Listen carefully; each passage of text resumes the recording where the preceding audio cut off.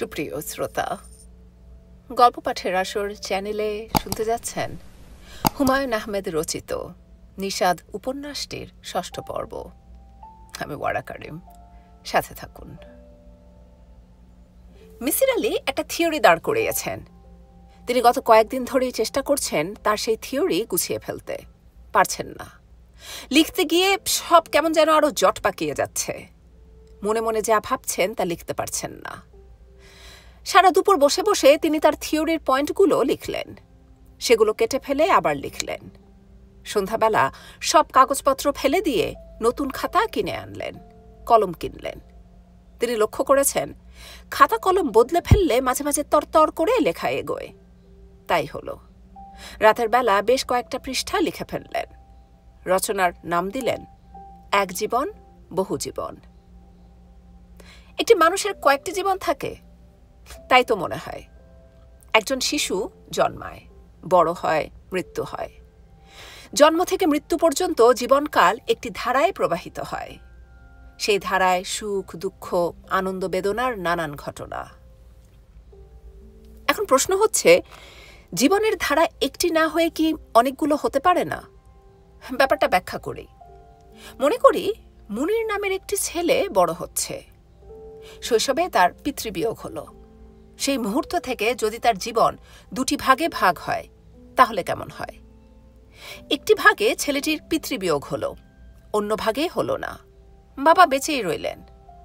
দুটি জীবনই সমানে প্রবাহিত হতে লাগলো। তবু এক জীবনের সঙ্গে অন্য জীবনের কোনো যোগ রইল না, কারণ এই দুটি জগতের মাত্রা ভিন্ন। দুই ভিন্ন মাত্রায় দুটি জীবন প্রবাহিত হচ্ছে। এক জীবনে ছেলেটি সুখী, অন্য জীবনে নয়। এখন এই দুটি জীবনের ব্যাপারটাকে আরো বিস্তৃত করা যাক। ধরা যাক জীবন দুটি নয়, অসংখ্য, সীমাহীন। প্রকৃতি একটি মানুষের জীবনে যতগুলো ভ্যারিয়েশন হওয়া সম্ভব সবগুলোই পরীক্ষা করে দেখছে, সবই সে চালু করেছে। অসীম ব্যাপারটা এমনই যে এই পৃথিবীর প্রতিটি মানুষের জন্যেই অসীম সংখ্যক জীবনধারা চালু করতে পারে। কারণ অসীম সংখ্যাটির এমনই মাহাত্ম্য যে সে অসীম সংখ্যক অসীমকেও ধারণ করতে পারে। বিখ্যাত গণিতজ্ঞ ডেভিড হিলবার্ট অসীমের চমৎকার বর্ণনা দিয়েছেন তার হিলবার্ট হোটেলের সমস্যায়। এই হোটেলটির সবচেয়ে বড় গুণ হচ্ছে, হোটেলের প্রতিটি কক্ষ অতিথি দিয়ে পূর্ণ হবার পরও যত খুশি অতিথিকে ঢোকানো যায়। এর জন্যে পুরনো অতিথিদের কোনো অসুবিধা হয় না, কারণ কক্ষে দুজন অতিথি ঢোকানোর প্রয়োজন হয় না। এটা সম্ভব হয় অসীম সংখ্যাটির অদ্ভুত গুণাবলীর জন্য। মানুষ তার প্রচুর জ্ঞান থাকা সত্ত্বেও অসীমকে ব্যাখ্যা করতে পারছে না। সবচেয়ে সহজ ব্যাখ্যাটি হচ্ছে, অসীম হচ্ছে বিরাট বই, যার শুরুর পাতা এবং শেষের পাতা বলে কিছু নেই। এখন কথা হচ্ছে, প্রকৃতি কেন একটি মানুষের জন্য অসংখ্য জীবনের ব্যবস্থা করবে? প্রকৃতির স্বার্থ কি? প্রকৃতির একটি স্বার্থের কথা আমরা কল্পনা করতে পারি। সেটি হচ্ছে, কৌতূহলের সঙ্গে সে একটি পরীক্ষা চালাচ্ছে। তার চোখের সামনে মানব জীবনের, সেই সঙ্গে বিশ্ব ব্রহ্মাণ্ডেরও অসংখ্য ভ্যারিয়েশন। প্রতিটি চলছে স্বাধীনভাবে। একটির সঙ্গে অন্যটির কোনো যোগ নেই, কারণ প্রতিটি প্রবাহিত হচ্ছে ভিন্ন ভিন্ন মাত্রায়। প্রকৃতি না বলে ঈশ্বর শব্দটি ব্যবহার করলে ব্যাপারটা আরো সহজ হয়। ঈশ্বর নামের কোনো মহাশক্তিধর, যিনি অসীমকে ধারণ করতে পারেন, কারণ তিনি নিজেই অসীম। সেই তিনি অসীম নিয়ে খেলছেন। কাজেই আমরা দেখছি মুনির নামের ছেলেটির অসংখ্য জীবন। এক জীবনে সে বিনুকে বিয়ে করে, অন্য জীবনে বিনুকে বিয়ে করতে পারে না। এক জীবনে তার এবং বিনুর একটি ছেলে হয়, ছেলেটি 4 বছর বয়সে মারা যায়। অন্য জীবনে ছেলেটি বেঁচে থাকে। কত বিচিত্র রকমের পরিবর্তন, এবং প্রতিটি পরিবর্তনকেই প্রকৃতি গভীর আগ্রহে এবং গভীর মমতায় দেখছে। প্রকৃতির নিয়ম কঠিন এবং ব্যতিক্রমহীন, তবু মাঝে মাঝে হয়তো কিছু একটা হয়, সামান্য এদিক ওদিক হয়। জীবনের এক ধারায় মানুষ প্রকৃতিরই কোনো এক বিচিত্র কারণে অন্য ধারায় এসে হকচকিয়ে যায়। এরকম ঘটনা অতীতে ঘটেছে। এই মুহূর্তে আমি একটি উদাহরণ দিতে পারি। খুঁজলে নিশ্চয়ই আরো প্রচুর উদাহরণ পাওয়া যাবে। উদাহরণটি আমেরিকার অ্যারিজোনা স্টেটের 1824 সালের ঘটনা। ঘটনাটি স্থানীয় মেথডিস্ট চার্চের নথিতে অন্তর্ভুক্ত। বেশ কিছু অনুসন্ধানী দল ঘটনাটি বিশ্লেষণ করবার চেষ্টা অতীতে করেছে। এই ঘটনা বিশ্বে সংঘটিত অদ্ভুত ঘটনাগুলোর একটি বলে এখনও মনে করা হয়। ডেভিড ল্যাংম্যান অ্যারিজোনা স্টেটের একজন সাধারণ ছুতোর মিস্ত্রি। ছুতোরের কাজ করে জীবন ধারণ করেন। সরল সাদাসিধে মানুষ, তবে অতিরিক্ত মদ্যপানের বদ অভ্যাস ছিল। মাঝে মাঝে পুরো মাতাল হয়ে ঘরে ফিরতেন। স্ত্রী এবং পুত্রকন্যাদের উপর অত্যাচার করতেন। নেশা কেটে গেলেই আবার ভালো মানুষ। ভদ্রলোক 40 বছর বয়সে মারা যান। যথারীতি তাকে কফিনে ঢুকিয়ে গোড় দেওয়া হয়। এর প্রায় 4 বছর পরের ঘটনা। এক রাতে প্রবল তুষারপাত হচ্ছে। রাস্তায় হাঁটু উঁচু বরফ। দেখা গেল এই বরফ ভেঙে ক্লান্ত পরিশ্রান্ত ডেভিড ল্যাংম্যান আসছেন। প্রথমে সবাই ভাবল চোখের ভুল। পরে দেখা গেল না, চোখের ভুল নয়, আসলে ডেভিড ল্যাংম্যান। সেই মানুষ, সেই আচার আচরণ। বাঁ হাতের একটি আঙুল নেই। কপালে গভীর ক্ষতচিহ্ন। তার চোখের দৃষ্টিতে দিশেহারা ভাব। লোকজন তাকে জিজ্ঞেস করল, তুমি কে? তিনি বললেন, আমি ডেভিড ল্যাংম্যান। তুমি কোত্থেকে এসেছ? আসবো আবার কোথা থেকে? আমি তো এখানেই ছিলাম। আমি আমার বাড়ি খুঁজে পাচ্ছি না। তোমার ছেলে মেয়েদের নাম কি? তিনি তার নিজের ছেলে মেয়েদের নাম বললেন। কাউন্টির শেরিফ তাকে গ্রেফতার করে হাজতখানায় রেখে দিল। খবর পেয়ে ডেভিড ল্যাংম্যানের স্ত্রী এলো দেখতে। বিস্ময়ে তার বাকরোধ হল। ডেভিড ল্যাংম্যান বললেন, আমার কি হয়েছে বলো তো? সব কেমন অচেনা লাগছে। এরা আমাকে হাজতে আটকে রেখেছে। তুমি মারা যাওনি? আমি মারা যাব কেন? এসব কি বলছো? তুমি তো মারা গেছো। চার্চইয়ার্ডে তোমাকে গোড় দেয়া হয়েছে।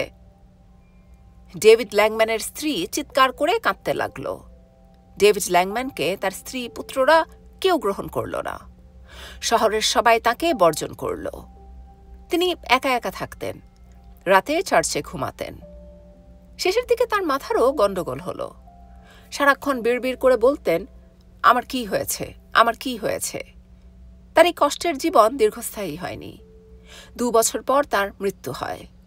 মৃত্যুর পর ডেভিড ল্যাংম্যান নামে তাকে কবর দেয়া হয়।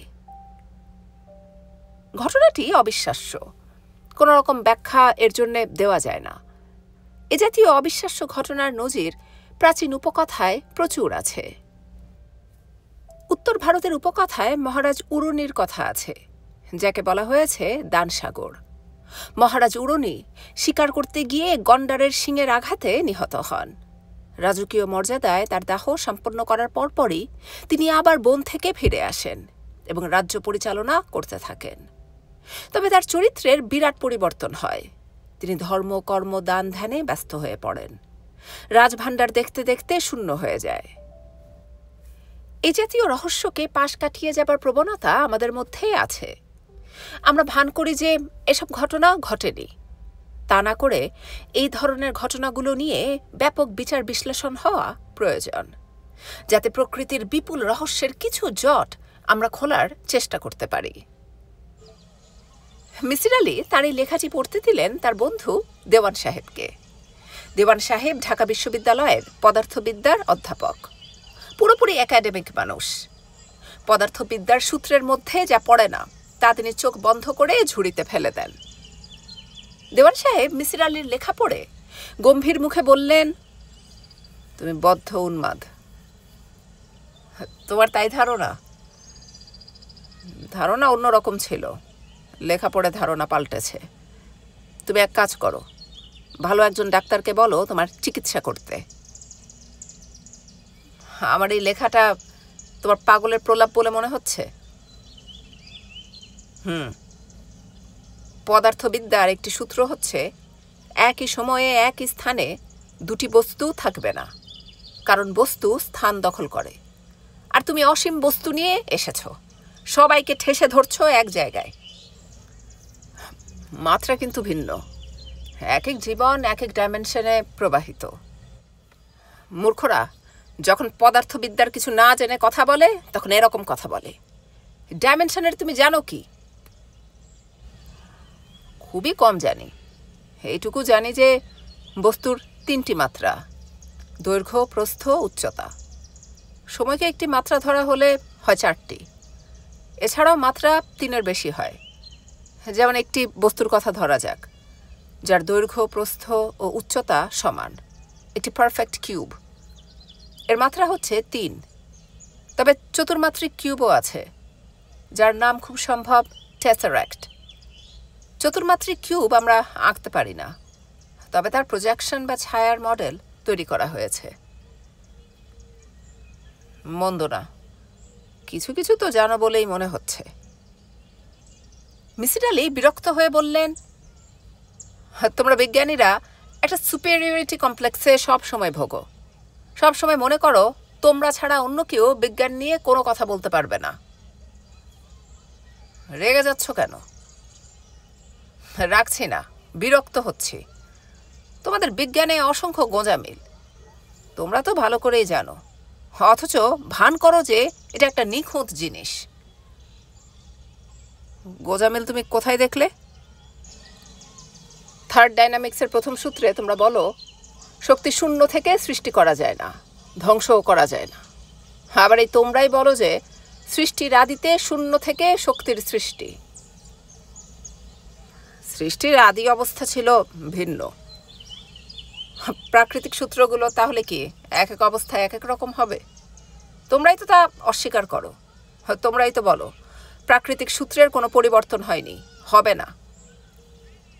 দেওয়ান সাহেব গলার স্বর নরম করে বললেন, চা খাও। তা খাবো, কিন্তু তুমি আমার কথার জবাব দাও। আছে, কিছু সমস্যা তো আছেই। প্রকৃতির ব্যাপারটায় রহস্য এত বেশি যে কোনো থই পাওয়া যায় না। এবং সবচেয়ে বড় মুশকিল কি জানো? আমরা নিজেরাও এই প্রকৃতির অংশ। প্রকৃতির অংশ হয়ে সেই প্রকৃতিকে পুরোপুরি জানা সম্ভব নয়। তার জন্য প্রকৃতির বাইরে যেতে হবে। তা যেহেতু পারছি না, প্রকৃতির অনেক রহস্যই বুঝতে পারছি না। মিসির আলি বললেন, প্লেটোর সেই বিখ্যাত গুহার উপমাটা কি তুমি জানো? প্লেটো পড়ার সময় কোথায়, ফিজিক্স নিয়েই কুল পাচ্ছি না। মনে করো একটা গুহায় কিছু লোককে সারা জীবন বন্দি করে রাখা হয়েছে। লোকগুলো গুহা মুখের দিকে পিঠ ফিরিয়ে বসা বলে গুহার বাইরে কি হচ্ছে জানে না। তাদের যে ছায়া পড়ছে গুহার দেয়ালে, তাই শুধু তারা দেখছে। তার বাইরে এদের কোনো জগৎ নেই। ছায়া জগৎই তাদের কাছে একমাত্র সত্য। সত্যিকার জগৎ কি এরা জানে না। আমাদের বেলাতেও তাই হতে পারে। আমরা যে জগৎ দেখছি এটা সম্ভবত ছায়া জগৎ। সত্যিকার জগৎ আছে আমাদের চোখের আড়ালে। এ তো ফিলসফি, মায়াবাদ। ফিলসফিতে অসুবিধা কোথায়? দেওয়ান সাহেব বললেন, তুমি আমাকে কনফিউজ করে দিচ্ছ। দেখি একটা সিগারেট দাও। দেওয়ান সাহেব সিগারেট ধরিয়ে টানতে লাগলেন। তাকে চিন্তিত মনে হলো। মিসির আলি হাসি মুখে বললেন, তোমাকে আরও কনফিউজ করে দিচ্ছি।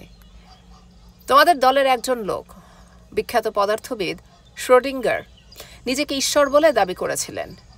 কোয়ান্টাম মেকানিক্সের প্রবক্তাদের একজন। Irwin Schrödinger.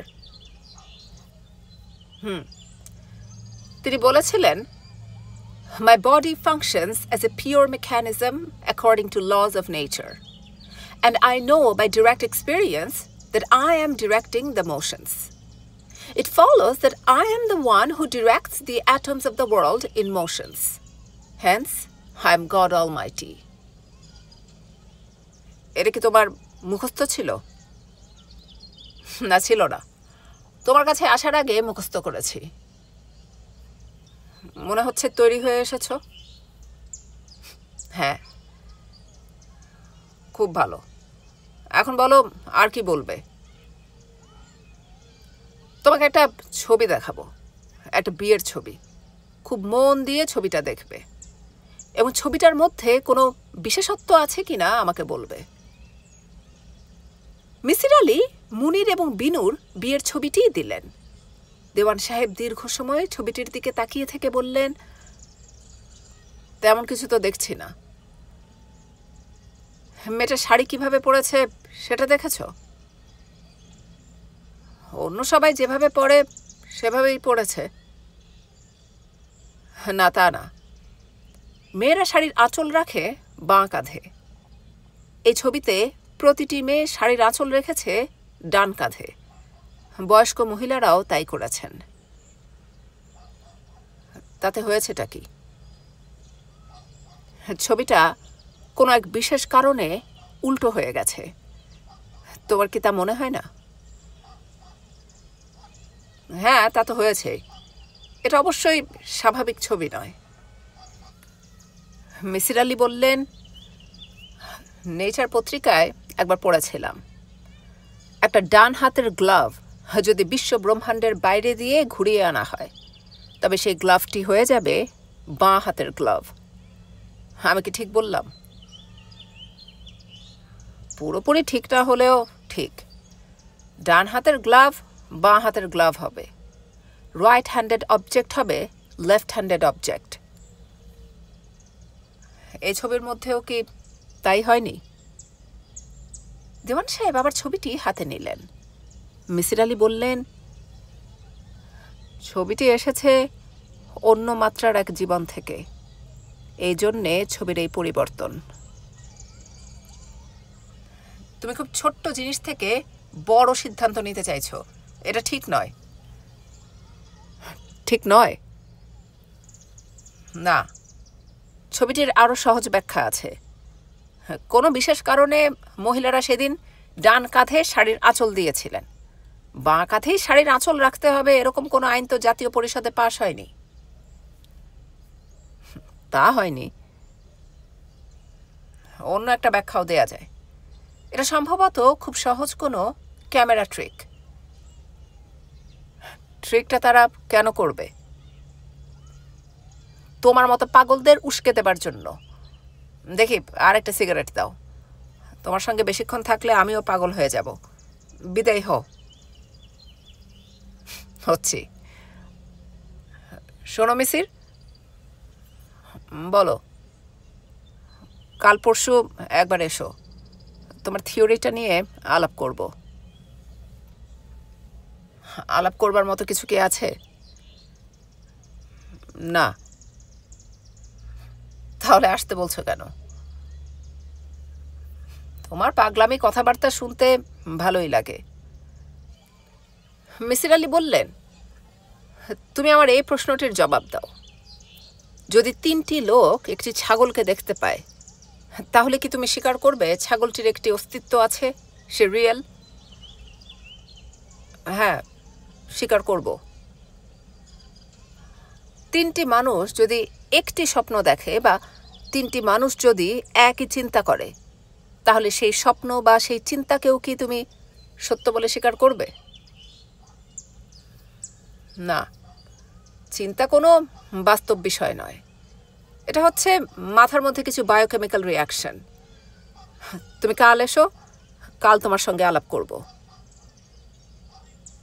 সপ্তাহখানেক পরে আসব। এই 1 সপ্তাহ আমি পড়াশোনা করব, কোথাও বেরোবো না। প্রচুর বইপত্র জোগাড় করেছি। কার্ট গডেলের সেই থিওরি বোঝবার চেষ্টা করব। ভালো কথা, পড়ো। তবে খেয়াল রাখবে, অল্প বিদ্যার অনেক সমস্যা। নাপিত ফোঁড়া কাটতে পারে, সার্জন চাকু হাতে নিতেও ভয় পায়। চাকু হাতে নিতে হলে তোমার কাছে আসব। আর একটা কথা, তোমার বিষয় সাইকোলজি, নিজেকে সেখানে আটকে রাখলে ভালো হয়। পদার্থবিদ্যা নিয়ে চিন্তা ভাবনাটা পদার্থবিদ্যার ওপরেই ছেড়ে দাও। মিসির আলী একটা কঠিন উত্তর দিতে গিয়েও দিলেন না। একাডেমিক মানুষরা একচক্ষু হরিণের মতো, নিজের বিষয় ছাড়া অন্য কিছু বুঝতে পারে না। মুনির গত 3 দিন ধরে অফিসে আসছে না। আজ 1 তারিখ, বেতনের ডেট। যারা অসুস্থ তারাও এই দিনে উপস্থিত থাকে। বেতন নিয়ে চলে যায়। মুনির আজও এলো না। নিজাম সাহেব সত্যি সত্যি চিন্তিত বোধ করলেন। আজ অফিসে আসবার পথে বিনু বলেছে, বাবা ওকে নিয়ে আসবে মুনির সাহেবকে। তিনি হ্যাঁ সূচক মাথা নেড়েছেন। বাসায় মুনিরকে আনার তার কোনো ইচ্ছে নেই, কিন্তু খোঁজ নিশ্চয়ই নেওয়া যেতে পারে এবং নেওয়া উচিত। ছেলেটিকে তিনি সত্যি সত্যি পছন্দ করেন। অফিস থেকে ঠিকানা নিয়ে তিনি সন্ধ্যার আগে আগে মুনিরের ঘরের দরজায় উঁকি দিলেন। তার বিস্ময়ের সীমা রইল না। একটা মরা মানুষ যেন বিছানায় পড়ে আছে, বড় বড় করে শ্বাস নিচ্ছে। তোমার কি হয়েছে? শরীরটা খুব খারাপ, রাতে দিনে কখনো ঘুমাতে পারি না, ক্রমাগত নানান জায়গায় যাই। তোমার কথা বুঝলাম না। নানান জায়গায় যাও মানে কোথায় যাও? না, যাই না কোথাও, শুয়ে থাকি। নিজাম সাহেব গায়ে হাত দিয়ে চমকে উঠলেন। অনেক জ্বর। ডাক্তার দেখিয়েছ? জি না, ডাক্তার কিছু করতে পারবে না। কি করে বুঝলে ডাক্তার কিছু করতে পারবে না? আমি জানি। পাগলের মতো কথা বলবে না। তুমি সব জানতা নাকি? জি, আমি সব কিছুই জানি। নিজাম সাহেব অবাক হয়ে তাকিয়ে রইলেন। কি অদ্ভুত কথাবার্তা! সত্যি সত্যি কি পাগল হয়ে যাচ্ছে নাকি? বিছানায় লম্বা হয়ে শুয়ে আছে, গায়ে আধময়লা একটা কাঁথা। ঘরে আলো নেই। অল্প যে আলো আসছে তাতে মুনিরের মুখ অস্বাভাবিক ফ্যাকাশে লাগছে, কিন্তু চোখ দুটি উজ্জ্বল চকচক করছে। বিনু কেমন আছে? ভালো আছে। ওকে খুব দেখতে ইচ্ছে করে। নিজাম সাহেব হতভম্ব হয়ে গেলেন। এ ছেলে এসব কি বলছে? বিনুকে তার দেখতে ইচ্ছে করবে কেন? ও আমার সঙ্গে শুধু কষ্টই করেছে। বেশিরভাগ সময়ই ওকে আমি কষ্ট দিয়েছি। এতে আমার মন খারাপ লাগে। আমি শুধু কাঁদি। ওকে আপনি বলবেন। তুমি এসব কি বলছো? জি, এসব কি কথাবার্তা বলছো তুমি? আমার ভুল হয়েছে, আর বলবো না। তুমি একদিন মাত্র গিয়েছো আমার বাসায়। বিনুর সঙ্গে তোমার কোনো পরিচয় থাকবার কথা নয়। জি না, কথা নয়। আমার সব কেমন গন্ডগোল হয়ে গেছে, জট পাকিয়ে গেছে। আপনি কিছু মনে করবেন না। না না, ঠিক আছে, ডাক্তার দেখানো দরকার। অবহেলা করা ঠিক হবে না। চলো আমার সঙ্গে। কোথায়? তোমাকে আমি ডাক্তারের কাছে নিয়ে যাব। জি আচ্ছা। বিনুকে আপনি দয়া করে একটা কথা বলতে পারবেন? কি কথা? বলবেন যে তার ধারণা ঠিক নয়। আমি তার উপর কোনো অবিচার করিনি। আমি বলবো, তুমি ঘুমাবার চেষ্টা করো। জি আচ্ছা। মুনির সঙ্গে সঙ্গে ঘুমিয়ে পড়ল। গভীর গাঢ় ঘুম। নিজাম সাহেব দীর্ঘ সময় তার পাশে রইলেন। বাড়িওয়ালার সঙ্গে কথা বললেন। তার একজন ডাক্তার দেখিয়েছে। ডাক্তার বলেছে প্রেশার বেশ হাই, কমপ্লিট রেস্ট নিতে হবে। নিজাম সাহেব একজন ডাক্তার নিয়ে এলেন। সেই ডাক্তার অনেক ডাকাডাকি করেও মুনিরের ঘুম ভাঙাতে পারল না। অনেকক্ষণ ডাকাডাকি করলে জি বলে সাড়া দেয়, তারপর আর কোনো উত্তর করে না। ডাক্তার সাহেব বললেন, ইনি কি আপনার আত্মীয়? জি না, তবে আত্মীয়ের মতোই। ছেলেটিকে খুব স্নেহ করি। আমার অফিসে কাজ করে। ড্রাগস খায় কিনা জানেন? আপনার কথা বুঝতে পারলাম না। চোখের মনি খুব ছোট, আলো ফেললেও তেমন রেসপন্স করছে না। ড্রাগ অ্যাডিক্টদের এমন হয়। ড্রাগস নেয়া কি আপনি জানেন না? জি না, মনে হচ্ছে নেয়। ড্রাগসটা অসম্ভব বেড়ে গেছে। এটা খুব অল্প দিনে বিরাট সামাজিক সমস্যা হিসেবে আসবে। আপনি বরং একে যত তাড়াতাড়ি সম্ভব হাসপাতালে ভর্তি করিয়ে দিন, দেরি করবেন না। হাসপাতালে চেনা জানা কেউ আছে? জি না। হাসপাতালে ভর্তি করাটাও তো তাহলে একটা সমস্যা হবে। নিজাম সাহেব অসাধ্য সাধন করলেন। রাত 9টার মধ্যে মুনিরকে হাসপাতালে ভর্তি করিয়ে ফেললেন। একজন অল্প বয়স্ক ডাক্তারের হাত ধরে সত্যি সত্যি কেঁদে ফেললেন। একটু দেখবেন ভাই, ছেলেটার কেউ নেই। দেখব, নিশ্চয়ই দেখব। খুবই দরিদ্র ছেলে। ধনীর যে চিকিৎসা হবে, দরিদ্রদেরও সেই একই চিকিৎসা হবে। ভাই, তা তো হয় না। হয়, আপনারা জানেন না। আমরা ইন্টার্নি ডাক্তার, হাসপাতাল আমরা চালাই। ধনী দরিদ্র নিয়ে আমরা মাথা ঘামাই না। যখন বয়স্ক হব, প্রফেসর হব, তখন হয়তো ঘামাবো। এখনো আদর্শ বলে একটা ব্যাপার সামনে আছে। নিজাম সাহেব ডাক্তার ছেলেটিকে জড়িয়ে ধরলেন। বাড়ি ফিরতে ফিরতে তার 11টা বেজে গেল। উদ্বিগ্ন মুখে বিনু বারান্দায় দাঁড়িয়ে। তার বাবা কখনো এত দেরি করেন না, আজ কেন করছেন? অ্যাক্সিডেন্ট হয়নি তো? বারবার বিনুর চোখে পানি এসে যাচ্ছে। বাবাকে দেখে সে সত্যি সত্যি কেঁদে ফেলল। কোথায় ছিলে তুমি? মুনিরের খোঁজে গিয়েছিলাম। আমি এদিকে ভয়ে অস্থির। ওকে পেয়েছিলে? নিজাম সাহেব ইতস্তত করে বললেন, না। বিনু দীর্ঘ সময় বাবার চোখের দিকে তাকিয়ে থেকে শান্ত গলায় বলল, মিথ্যা কথা কেন বলছো বাবা? নিজাম সাহেব মেয়ের প্রশ্নের উত্তর দিতে পারলেন না। মাথা নিচু করে দাঁড়িয়ে রইলেন। বাবা, উনি কি অসুস্থ? হ্যাঁ। কোথায় আছেন? হাসপাতালে ভর্তি করিয়ে দিয়ে এসেছি। কি অসুখ?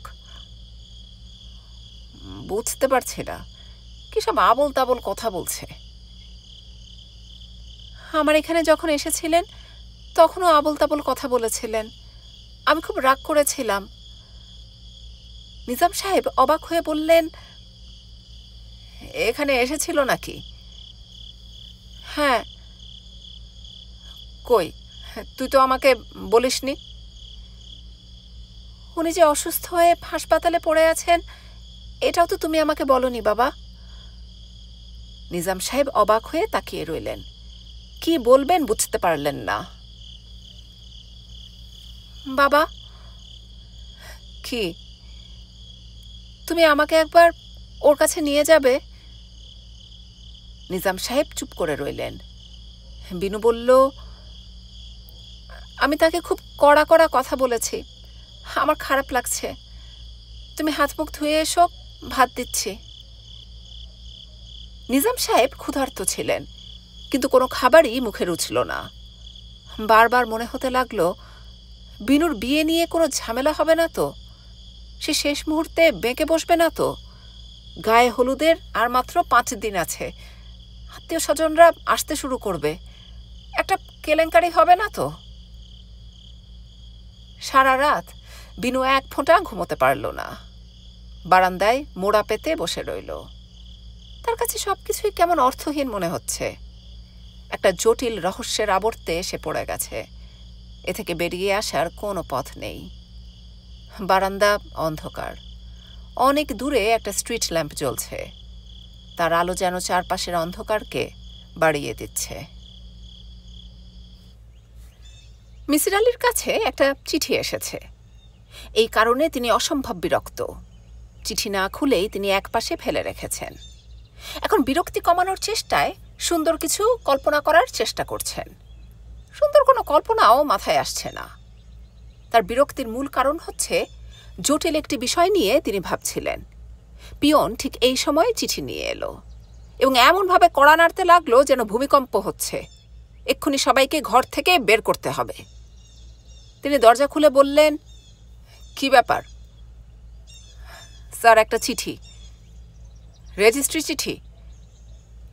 জি না। তাহলে তো হইচই করছেন কেন? দরজার ফাঁক দিয়ে ঢুকিয়ে দিলেই ঝামেলা চুকে যায়। মিসির আলি আবার তার চিন্তায় ফিরে যেতে চেষ্টা করলেন। তিনি ভাবছিলেন মানুষের সঙ্গে ঈশ্বরের সম্পর্ক নিয়ে। ঈশ্বরের কল্পনাই তার কাছে আপত্তিজনক মনে হয়। তবু তিনি ধরে নিলেন একজন ঈশ্বর আছেন, যিনি অসীমকে নিজের মধ্যে ধারণ করতে পারেন। মজার ব্যাপার হচ্ছে, মানুষের মধ্যে একটা ক্ষুদ্র প্রাণীও অসীমকে ধারণ করতে পারে।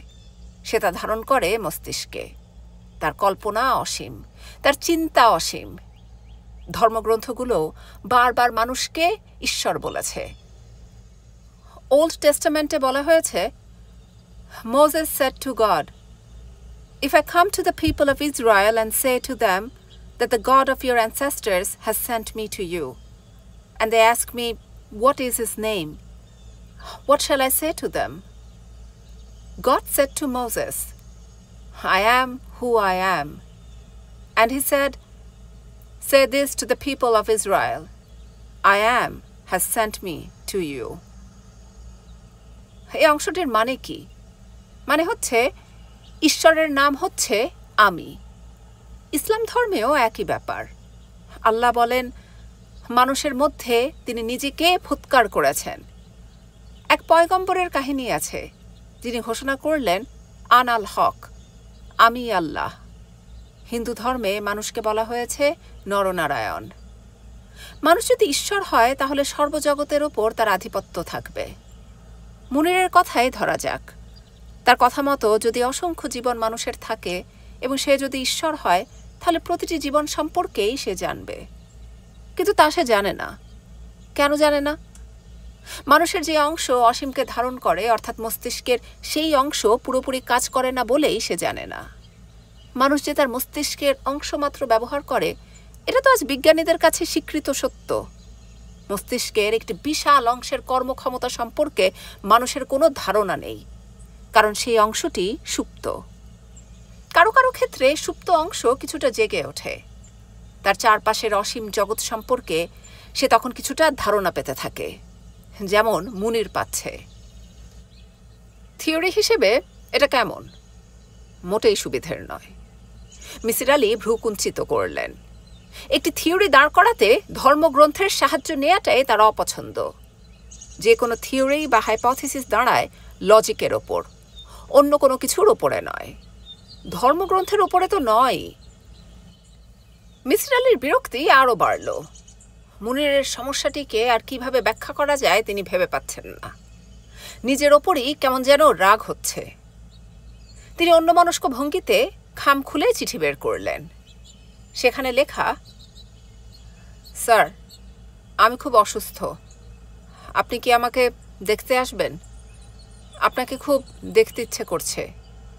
আমি পিজিতে, ওয়ার্ড নাম্বার 306, টুনু। এই টুনু যে মুনির, এটা ধরতে তার অনেক সময় লাগলো। অনেকদিন থেকেই তিনি মুনিরের খবর রাখেন না। নিজের পড়াশোনা এবং চিন্তা নিয়েই ব্যস্ত।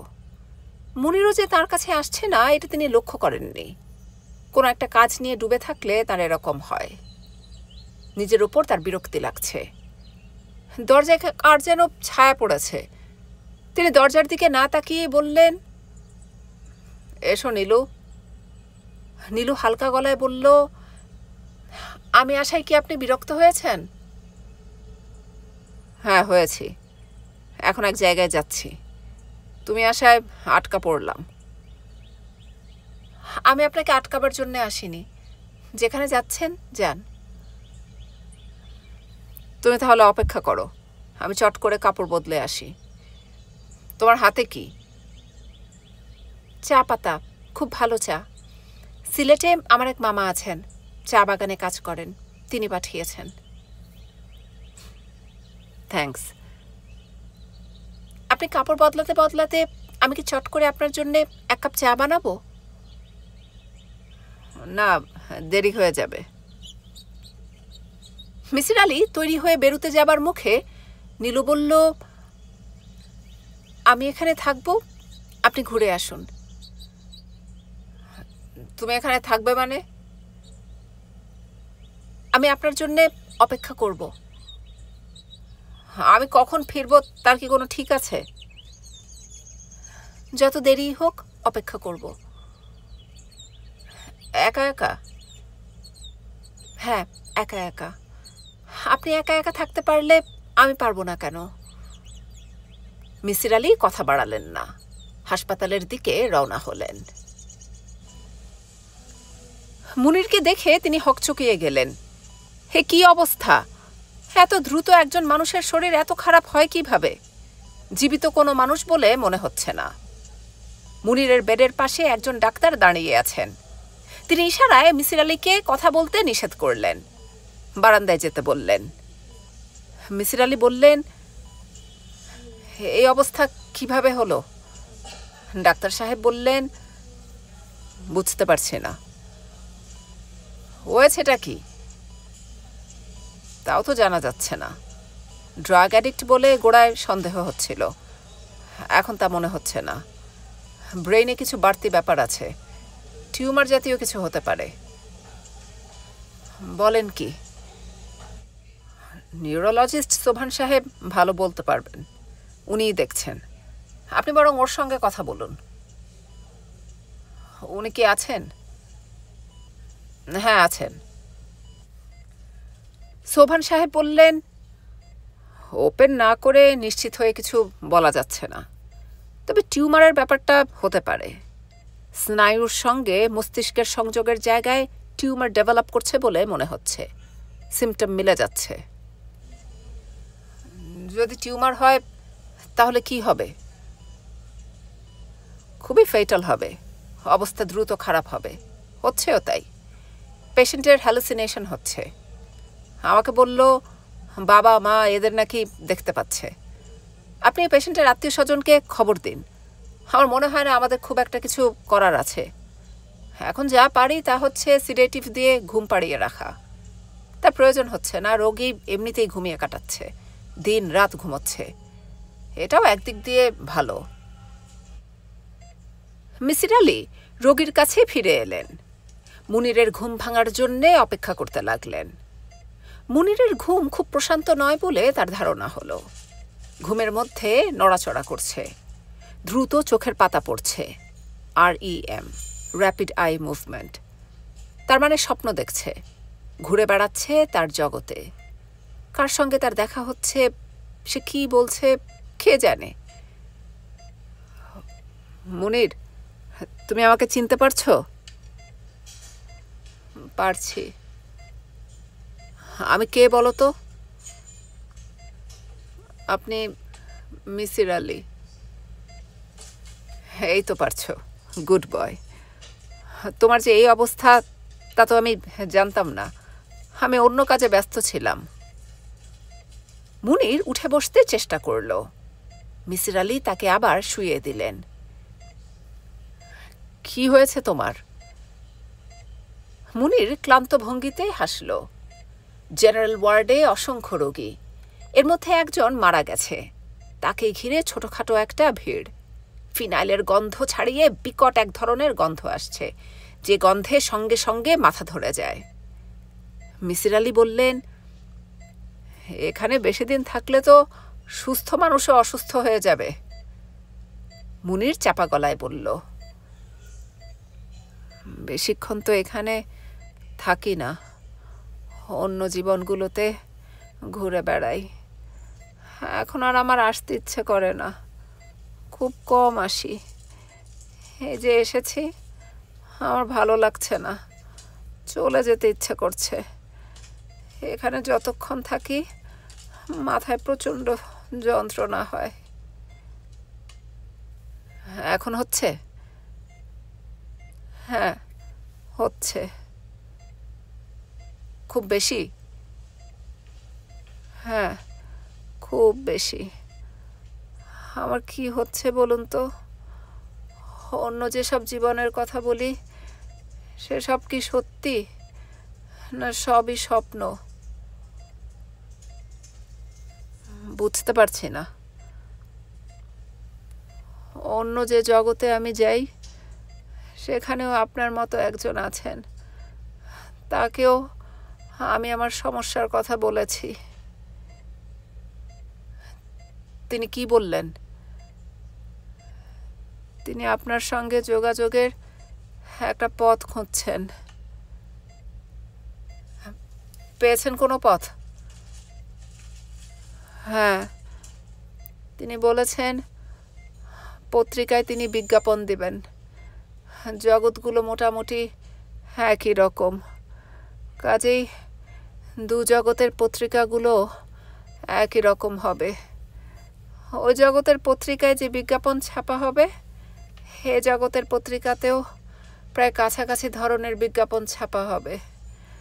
ওই বিজ্ঞাপনই হবে যোগসূত্র। আপনি কিছু বুঝতে পারছেন? পারছি। উনি কি বিজ্ঞাপন ছাপতে দিয়েছেন? এখনো না, ভাষা কি হবে তাই নিয়ে ভাবছেন।